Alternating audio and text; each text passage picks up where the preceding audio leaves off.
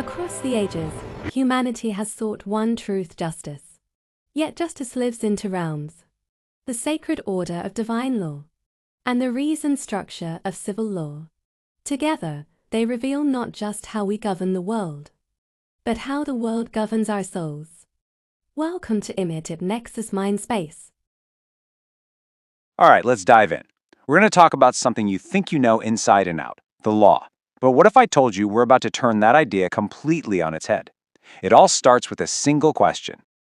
So what if the law isn't what you think it is? I mean, really think about that. What if the very foundation of how we see justice, rules, authority, what if it's based on a model that's, well, kind of flat? Yeah, this probably looks familiar, right? For most of us, law is basically a rule book. It's a list of commands, a bunch of do's and don'ts, with punishments attached if you step out of line. It seems pretty simple, pretty straightforward, and yeah, pretty rigid. Okay, but let's just flip that for a second. What if law isn't just some static command you have to obey? What if it's an experience, a living, breathing thing, a shared journey where we're all trying to figure out what's truly just? See, that's the core idea we're digging into today, these two totally different worlds of law. Okay, so first up, let's explore the world we're probably most familiar with. We're calling it the world of the mirror. This is what's known as an ideological model, and to really get it, we've got to start with how it sees time. So, in this world, time is what the ancient Greeks called kronos. You can just think of a clock ticking away, second after second after second. It's just a simple line of moments, one following the next. There's no deeper meaning attached, it's just quantity. And this idea is the absolute foundation for this first model of law. This really breaks down that ideological model for us. Imagine law as a flat 2D plane. Super simple. Time is just that kronos we talked about, the specific historical moment a command was given. And space? Well, space is just the territory controlled by whoever's in charge. So what's the result of all this? Repetition. It's like a mirror just reflecting the exact same image over and over and over. In this world, justice isn't a conversation. It's basically a declaration from on high. It's because I said so. And man, this quote from the legal philosopher Norberto Bobbio just hits the nail on the head. He warned that we have to prevent that the monopoly of force does not become also the monopoly of the truth. Wow. I mean, think about that. When raw power is the only thing defining what's right and wrong, there's just no room left for actually discovering the truth. So, if that's the flat world of the mirror, what's the alternative? Well, let's step into our second model, which has a completely different shape. Welcome to the world of the polyhedron. This is what's called a hermeneutic, or interpretive model. You know, if the first world runs on that clock-ticking kronos, this one runs on something totally different.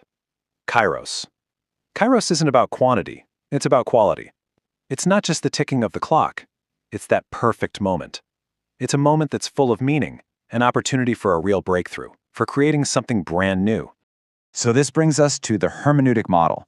Now, instead of a flat plane, picture a 3D polyhedron, like a crystal or a die.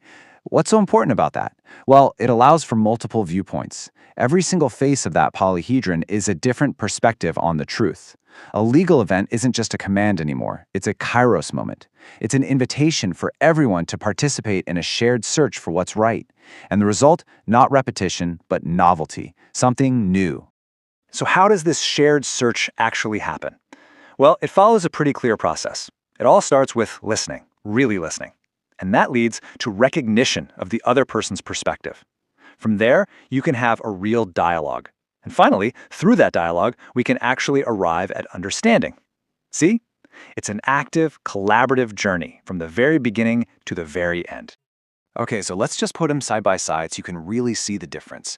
You've got the ideological system, a 2D plane, kronos time, authority based on pure force, and the result is just repetition. Then you have the hermeneutic system, a 3D polyhedron, kairos time, authority based on relationship, and the result is novelty, something new. The whole game changes. We're moving from a system of commands to a system of conversation.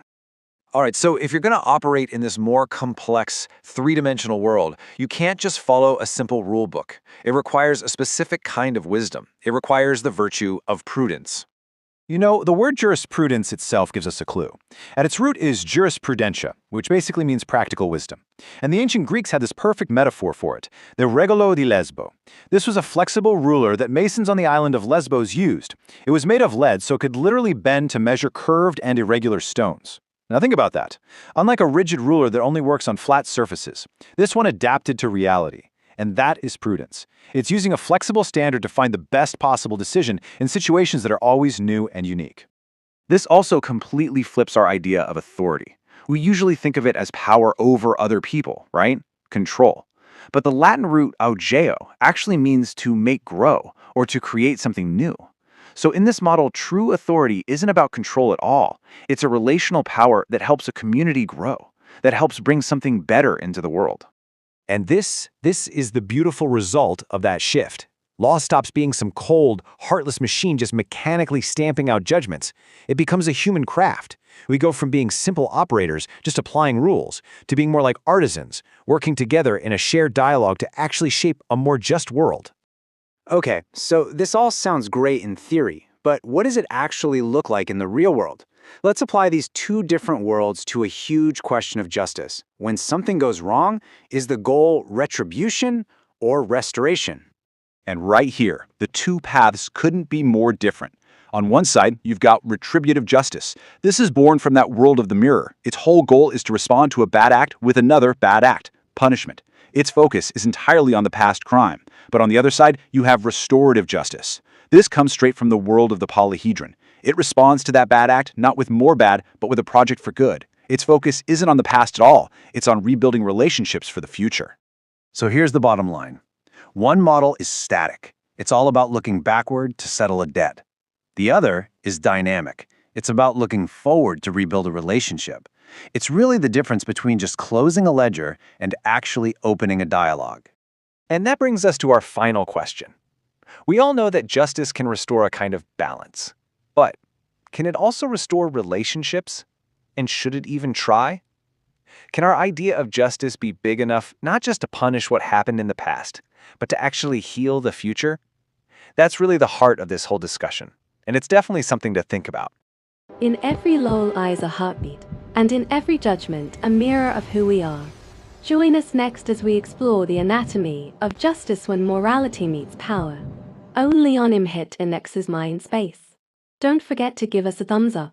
Subscribe, share, like, and leave your thought below. Every idea builds the nexus.